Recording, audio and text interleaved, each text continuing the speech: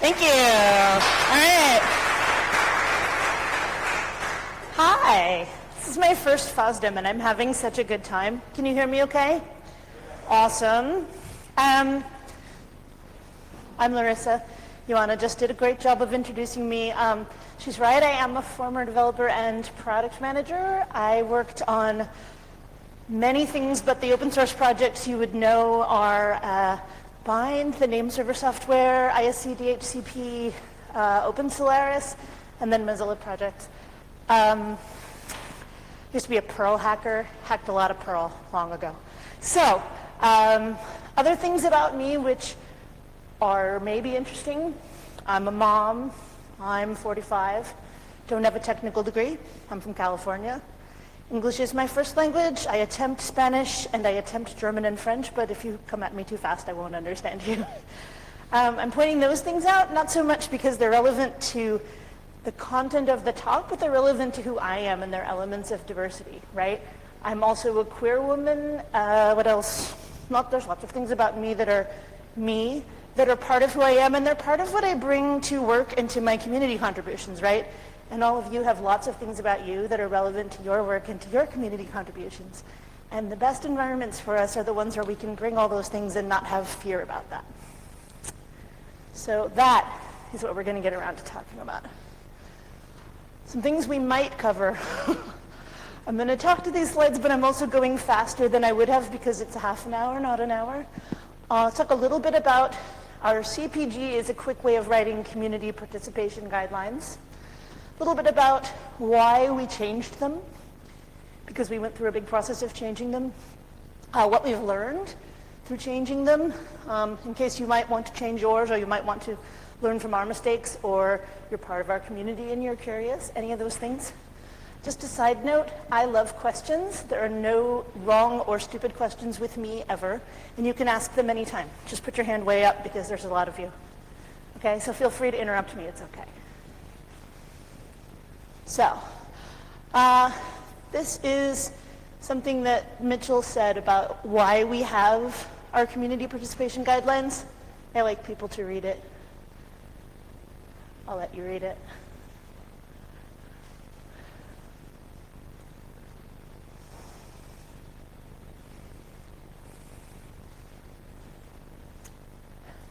Basically, if our mission as Mozilla is to make the internet a global public resource open and accessible to all, we need to be a community made up of the diversity of the world, and we need to be a community and a product welcoming of the diversity of the world.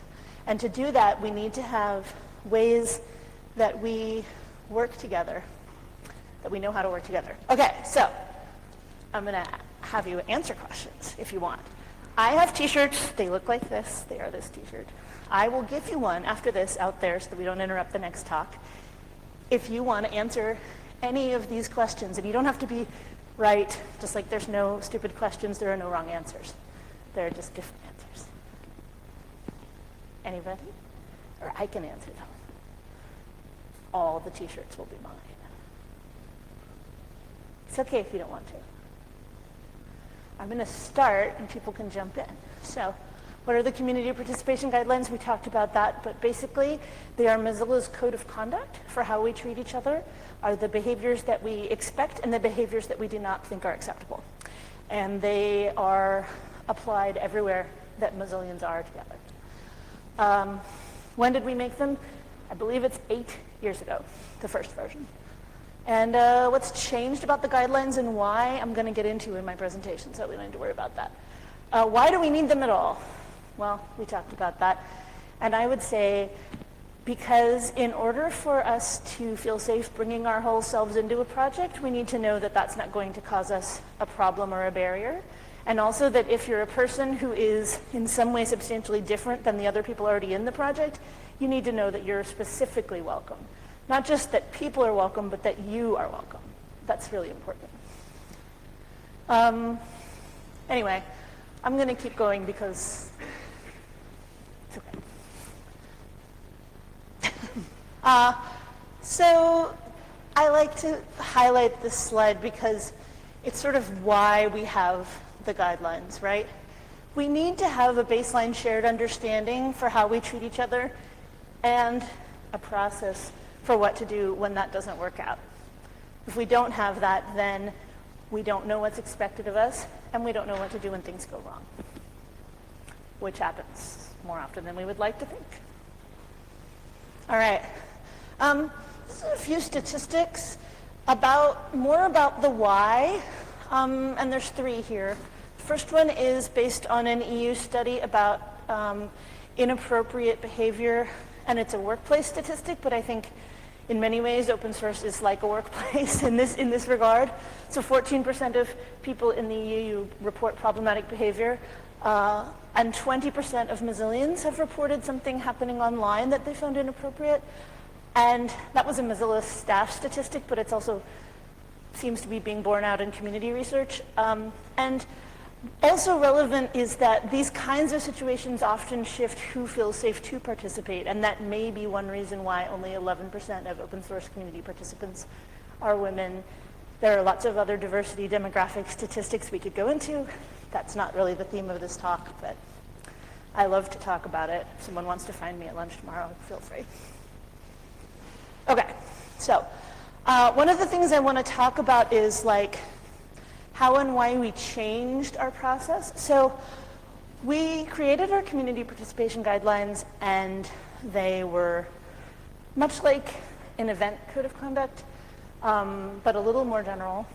And they were not necessarily extremely specific about the different groups of people and communities and attributes of people that they protect, or what would happen if something went wrong, right? It was more general than that. And over time, we got a lot of feedback from people, as well as I would say the entire culture around these types of documents shifted and has moved forward. And so we decided we needed to do a revision. And I tried there to map out what we did, but basically we got a lot of feedback. Then we also did 2 different substantive diversity and inclusion research projects. One broad project with a more involving Mozilla staff, and the second one being very specifically community focused. And in both cases, we got a lot of information that people didn't know what the guidelines were, or what they were expecting them to do, or how to make a report of a problem, or what would happen if they did, or whether the guidelines applied to or protected them. So we were like, well, this is a problem, right? So we started a revision, and we did some community forums where we met with lots of folks and asked people what they needed. We gave a revised version, a period of comment, where we put it on a lot of different Mozilla discourse and other forums, public blog posts, et cetera, to get feedback. We got a lot of feedback. We incorporated a lot of feedback. We then revised the guidelines with a team and with Mozilla's leadership, so what we ended up with involves directly editorial work by our most senior leadership, which I think is important for any project that your leadership team, your whatever that group of people is, really support and buy into whatever you come up with as guidelines, because otherwise when things go sideways, they may not feel strong about backing you, and you really want that. And then we re-released the guidelines, and I'll go over the content of them in a second. But we also very much consider them a living document, and that people can recommend changes or effectively make a pull request and submit a patch, right, anytime. And in fact, there's one place in here where I've italicized something because it's something that we're reintegrating, that we're integrating in right now based on someone's contribution. So, what's in the guidelines anyway? Does anyone have any questions yet? All right, I'm going to talk about what's in there, and then a little bit about what you might want to do if you have your own guidelines or you're trying to make them.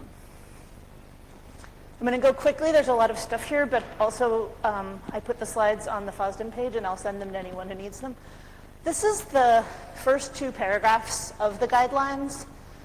I like to share them separate from talking about the more sort of bulleted list sections, because I think they get into the spirit of why we have it and what it really means. We really want to recognize, appreciate, and respect the diversity of our global contributors. everyone who engages with Mozilla in any way, and all of the different things that we are, right? And we expect agreement and adherence to the guidelines from everyone who's involved, right? So that we can have a safe and positive experience. And that is important enough to emphasize many times, and I would encourage those of you who organize Mozilla stuff to make this that clear to your communities. I find it has nothing but a positive benefit when we do. There's lots of words here, but the high level, the TLDR of this is that any place that you are representing Mozilla or in a Mozilla space or engaging with Mozillians or doing a thing that you have Mozilla attached to you, you are covered by the guidelines, and so are the other people there. So, like, one of the things people don't always think about is if you're at a conference that's not a Mozilla conference, but you're representing Mozilla, and something happens to you that's really not awesome and you feel violates the guidelines, but the other person is not necessarily a Mozillian, we will still try to help you, and we will talk to the conference and do our best to advocate with you because you are there as a Mozillian, right? For example. Basically, if you're not sure whether a situation is covered by the guidelines, it probably is.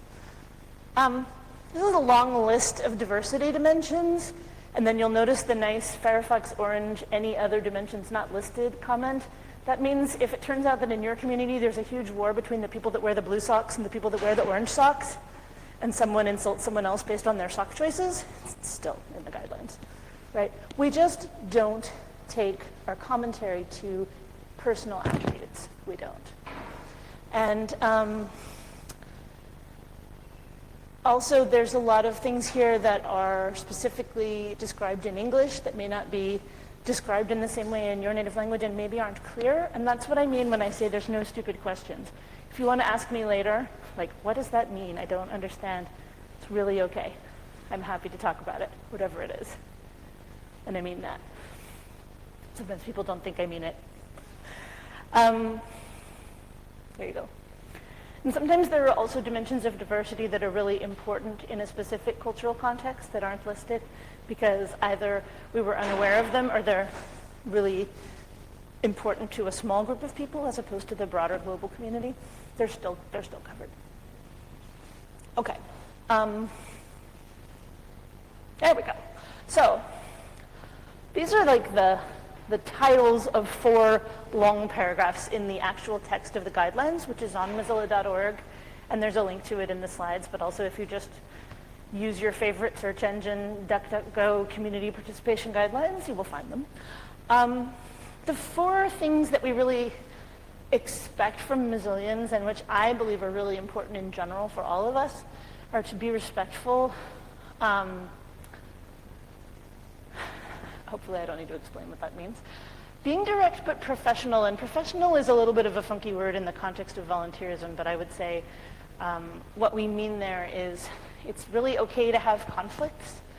It's really okay to disagree, but we need to do it in a way where we really let the other person know, but in a respectful manner, right? And then listen to them and have even a heated argument, just without devolving into personal attacks. Appreciating and accommodating similarities and differences. I think the really important thing here is accommodating, and like within Mozilla, one of the things that comes up a lot here is thinking about other people's language or time zone or food. It was too dark. Thanks. Yeah, it's getting dark outside. And I'm really jet lagged, so if I don't notice like, meteors coming at us, that's because I'm from California. It was just like nothing. All right, thanks for that. So, and there's more detailed examples and again in the full version, but also I think leading by example is really important. Anybody who's here is probably involved enough in your communities that you are in fact a leader.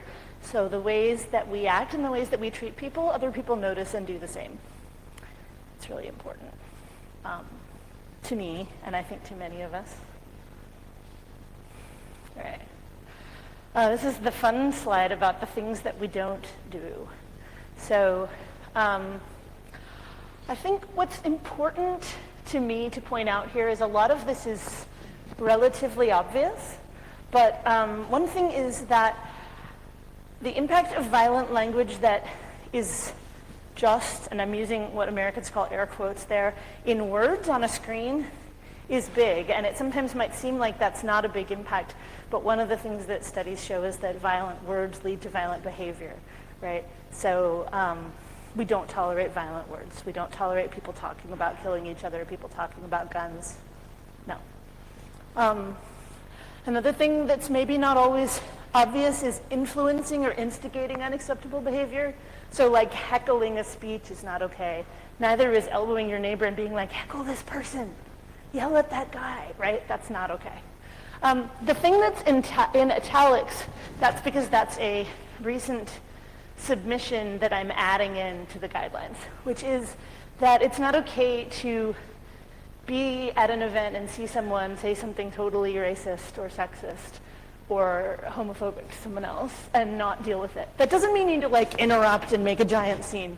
You need to find a way to deal with it, right? And that's hard. That's a big expectation, right? But I think it's important that as community, we stand together and take care of each other. So that's why we're making that evolution of our guidelines. Well, this is a big, long slide, and I'm not going to go into detail here, but what I want to say is if you are a person who's creating your own guidelines or code of conduct, it's really important to spell out really clearly for people what will happen if they make a report or if someone makes a report, what potential sorts of consequences there are, who will hear about it, because that makes people both feel more safe reporting and feel hopefully less worried that there's going to be some random thing that's going to come after them, right? If people don't know who's at the other end of the thing, right? They have something really painful that they need to tell someone and they're sending it to an anonymous email alias and they don't know who's on the other end, they may not do it, right? So we try to be really explicit.